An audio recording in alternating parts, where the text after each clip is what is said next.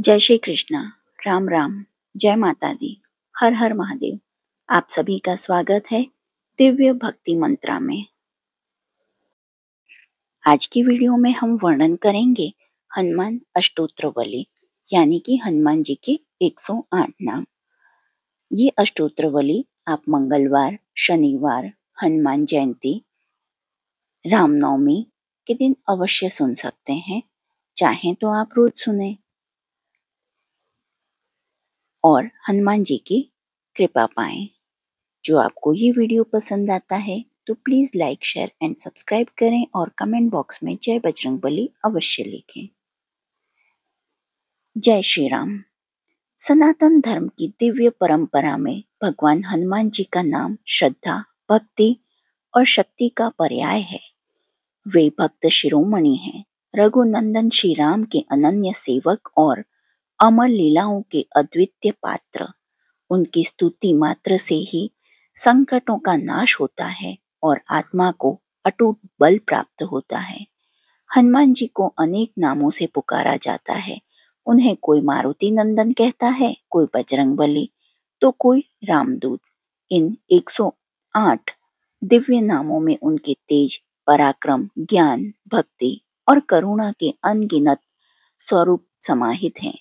यह 108 नाम न केवल उनके विविध गुणों का स्मरण कराते हैं, बल्कि हर नाम में एक विशेष आध्यात्मिक शक्ति निहित है।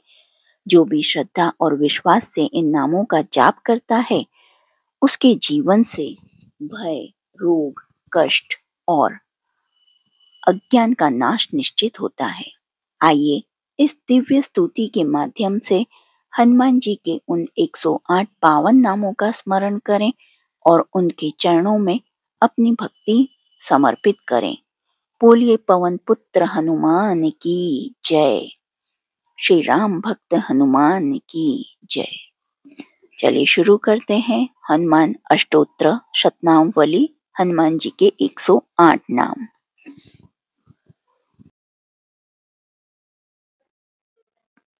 ओम अंजनाय नमः।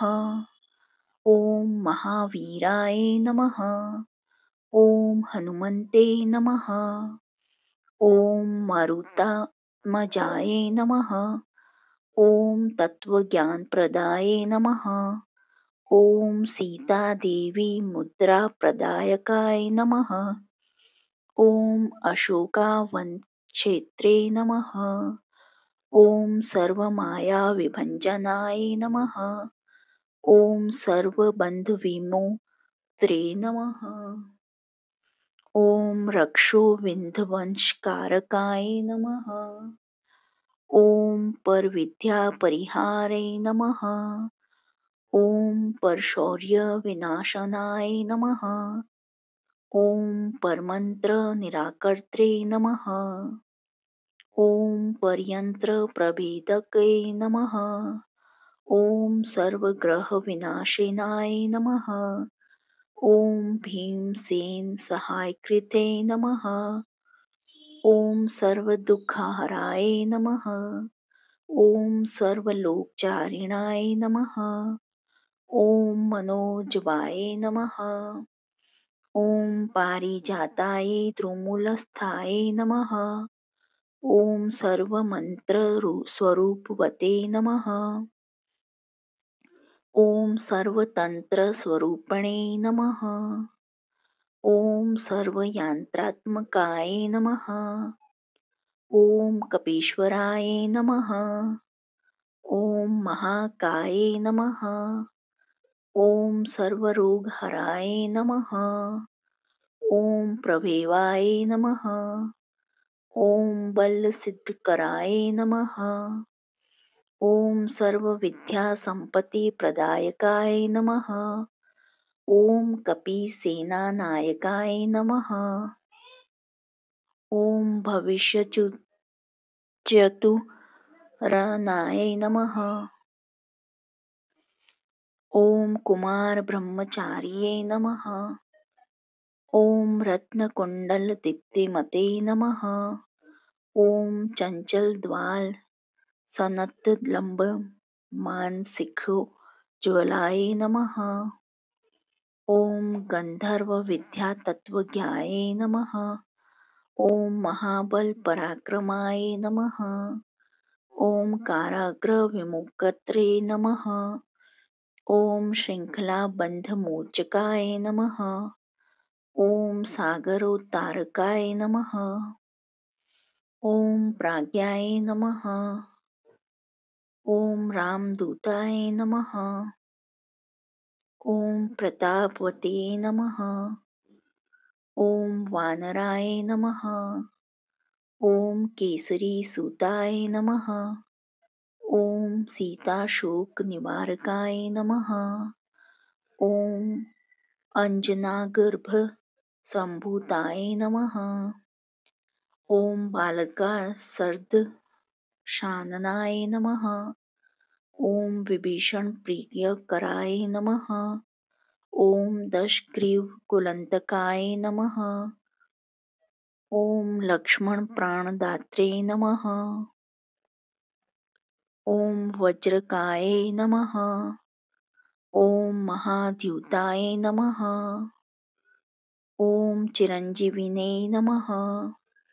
ओम राम भक्ताय नमः। ओम दैत्यकार्य विघातकाय नमः। ओम अक्षहंत्रे नमः।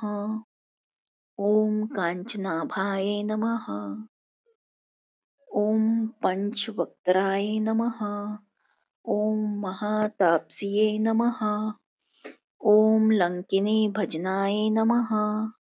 ओम श्रीमते नमः। ओम शिंगिका प्राणभंजनाय नमः। ओम गंधमादनाय शैलस्थाय नमः। ओम लंकापुर विदायकाय नमः। ओम सुग्री सचिवाय नमः।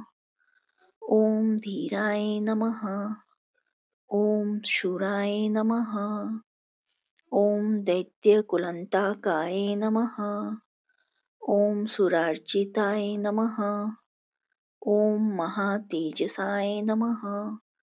ओम रामचूड़ामणिप्रदकाय नमः।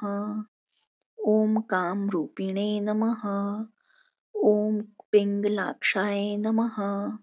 ओम वर्धिमेनाकपूजिताय नमः। ओम कबलीकृत मार्तंड मंडलाय नमः। ओम विचितेन्द्रियाय नमः। ओम राम सुग्रीसंद्राय नमः। ओम महारावणमर्दनाय नमः। ओम स्फाटेकाभ नमः। ओम वागधीशाय नमः। ओम नव्याकृत पंडिताय नमः। ओम चतुर्बाहवे नमः। ओम दीनबंधुराय नमः। ओम महात्माय नमः। ओम भक्तवत्सलाय नमः। ओम संजीवन नगाहर्ते नमः। ओम सूचये नमः। ओम वाग्मिने नमः। ओम दृढ़व्रताय नमः। ओम कालनेमि प्रमथन नमः। ओम हरिमर्कटमर्कटाय नमः। ओम दान्ताय नमः। ओम शान्ताय नमः। ओम प्रसन्नात्मने नमः। ओम शान्तकण्ठमदापहते नमः। ओम योग्याय नमः। ओम मखतालोलाय नमः। ओम शीता वैष्णवे पंडिताय नमः। ओम वज्रधनुष्टाय नमः। ओम वज्रनखाय नमः। ओम रुद्रवीर्यसमुद्भवाय नमः। ओम इन्द्रजित्पहितामोघ ब्रह्मास्त्र नमः। ओम पार्थध्वजाग्रवासिने नमः। ओम शरपंजरभेदकाय नमः। ओम दशबाहवे नमः। ओम लोकपूज्ये नमः। ओम जामप्रीतिवर्धनाय नमः। ओम सीतारामपादसेवाय नमः। इति श्री हनुमान जी 108 नाम समाप्त। जो आपको हनुमान जी के नाम पसंद आए हों तो please like, share and subscribe. देखने के लिए धन्यवाद। और किसी भगवान के 108 नाम जानने की इच्छा हो और आपको आगे वाले वीडियो चाहिए तो प्लीज़ प्रेस बेल आइकन। देखने के लिए धन्यवाद। जय हिंद, जय भारत।